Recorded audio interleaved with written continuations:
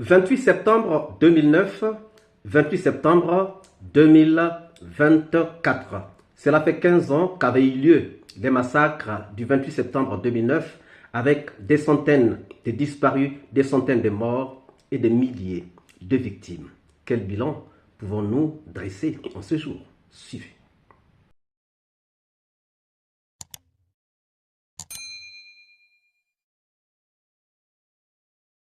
Bonjour, bonsoir, cela dépend de l'heure à laquelle vous regardez cette vidéo. Bienvenue si vous nous découvrez pour une première fois. Encore un réel plaisir pour moi de venir devant vos écrans vous exposer les analyses du Soleil d'Afrique concernant les massacres du 28 septembre 2009. Le 28 septembre 2009 avait lieu en Guinée un massacre. Un massacre sans précédent. Un massacre qu'on croyait peut-être s'échapper, ou dont les auteurs croyaient s'échapper, mais qui finalement a pu avoir un procès.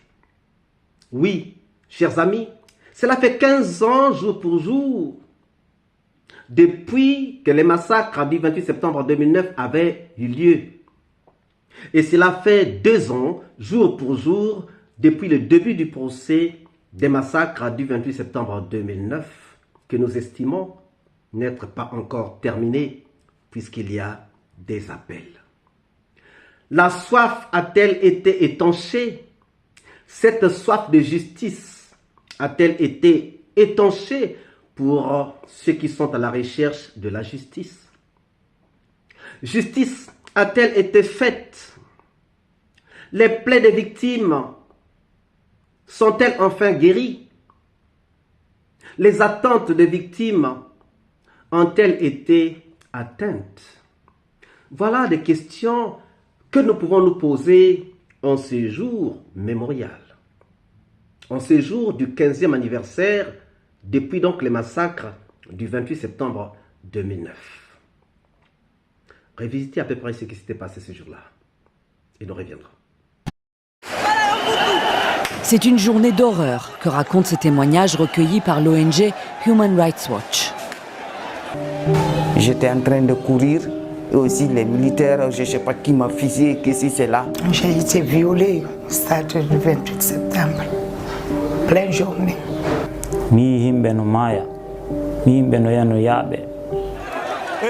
Ce 28 septembre 2009, ils étaient des milliers rassemblés pacifiquement dans le stade de Conakry pour protester contre la junte au pouvoir et son chef Moussa Dadis Camara. Soudain, une déferlante. Soldats et policiers chargent, sans sommation. La répression est d'une violence inouïe.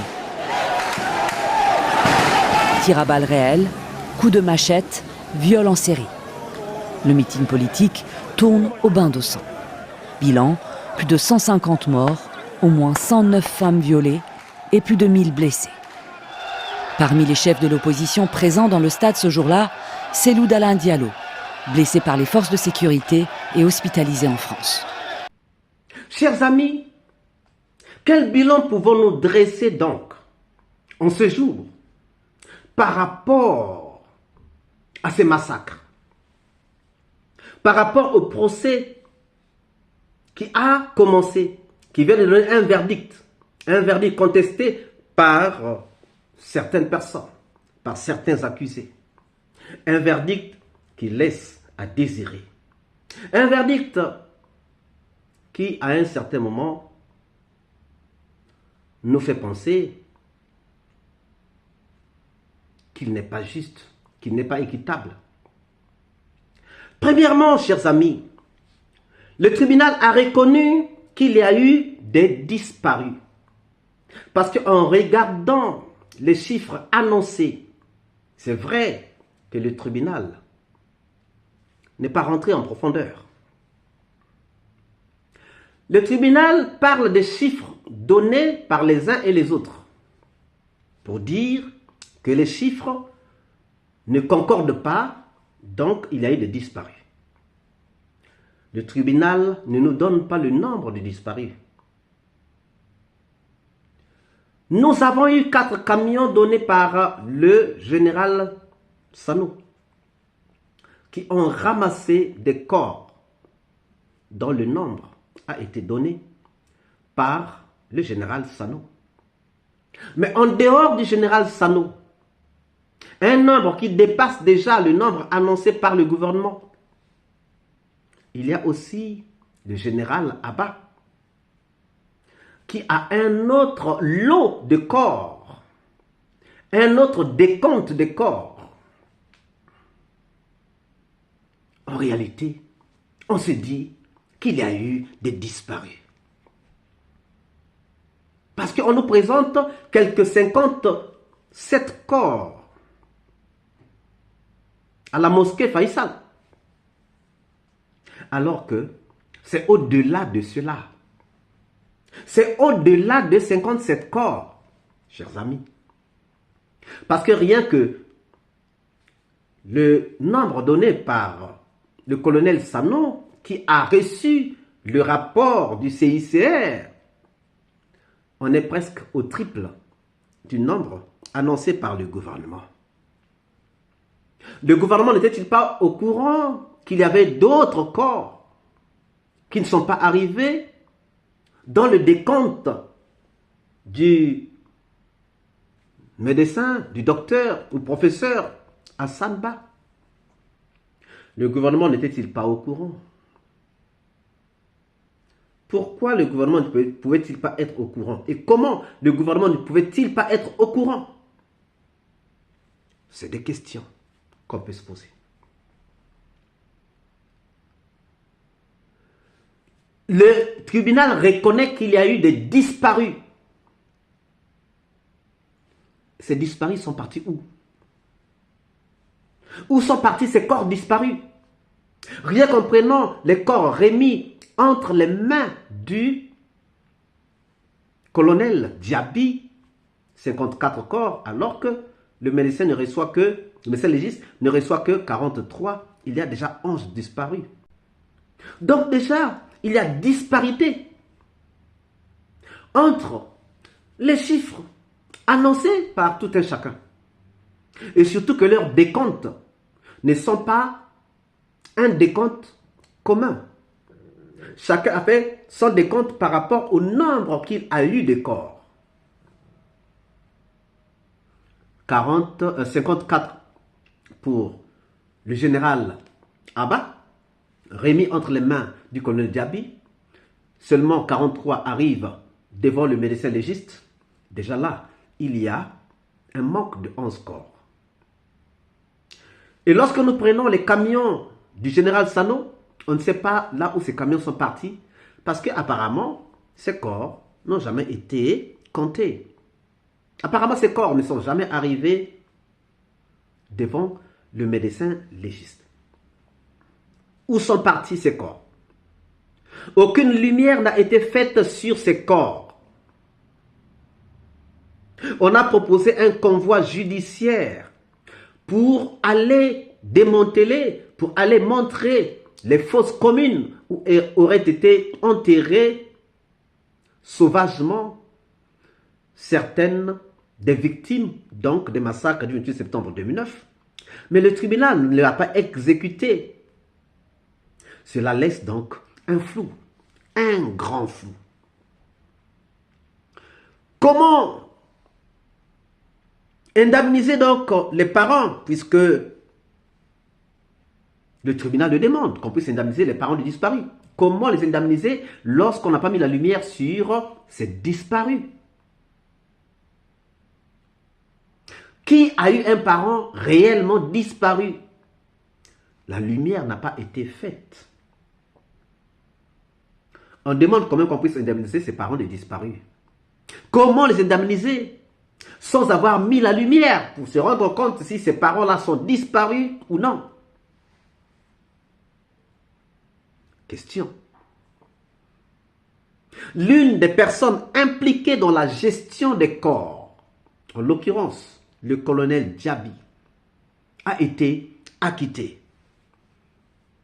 Cela aussi laisse un flou tant qu'on n'a pas encore mis la lumière sur les disparus des massacres du 28 septembre 2009. Deuxième point, certains acteurs du massacre cités sont encore en prison, mais n'ont jamais été jugés. N'ont jamais été ajoutés à l'ordonnance. On pouvait faire un correctif de l'ordonnance de renvoi 007 du 29 décembre. Est-ce qu'on va les juger? Comment est-ce qu'on va les juger? Est-ce qu'on ne va pas les juger? Le doute persiste. Parce qu'il faut les juger en l'absence des autres qui sont déjà acquittés. S'il faut les juger en l'absence des autres qui vont déjà commencer à purger leur peine et qui peuvent bouder de venir témoigner ou de venir à la barre, qu'est-ce qui va se passer? Nous avons les Bienvenus Lama, nous avons les Louis Pogmou, nous avons les Georges Olemou, impliqués dans les massacres, mais qui sont en prison, mais qui n'ont jamais été jugés, et on veut quand même mettre fin à ce procès. Chers amis, il y a encore un flou. D'autres personnes encore, présumées coupables des massacres du 28 septembre 2009, ou encore des préparatifs des massacres du 28 septembre 2009, sont encore en liberté. Nous avons Gono Sangaré, qui se retrouve au Libéria. Pourtant, le Libéria a des accords avec la Guinée. Mais pourquoi on ne veut pas faire venir Gono Sangaré? Pourquoi il n'y a pas un mandat d'arrêt contre Gono Sangaré? Lui qui était le patron de Kalea. Chers amis, l'implication de Gono Sangaré est plus importante que l'implication de Dadis Camara. Dadis Camara, on ne l'a jamais vu à Kalea. Mais Gono Sangaré, on a témoigné que le Gono Sangaré était là. Les Bienvenus Lama étaient là à Kalea. Pourquoi on ne peut pas lancer un mandat d'arrêt contre Gono Sangaré lorsqu'on sait déjà là où il se trouve et lorsqu'on connaît sa nouvelle identité, Gono Sano? Chers amis, il y a des gens qui ont été cités, le général Théa, le colonel,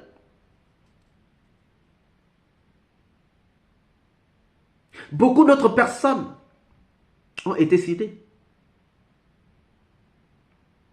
Les colonels Touré, mais ils sont en liberté. Beaucoup se sont abrités derrière le parapluie du pouvoir. Beaucoup se sont abrités derrière le pouvoir, derrière le CNDR, le CNDR. Mes chers amis,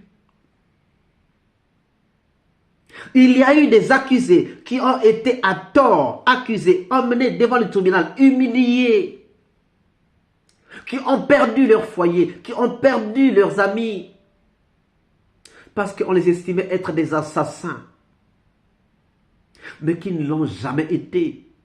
Nous pouvons citer Cécile Raphaël, nous pouvons citer Kalonzo, et même Paul Mansa, même s'il a torturé, c'était sur ordre. Quelqu'un qui torture, qui va encore acheter du beurre de karité pour donner à ses victimes, ça veut dire que ce ne sont pas ses victimes, ce sont les victimes de ses chefs.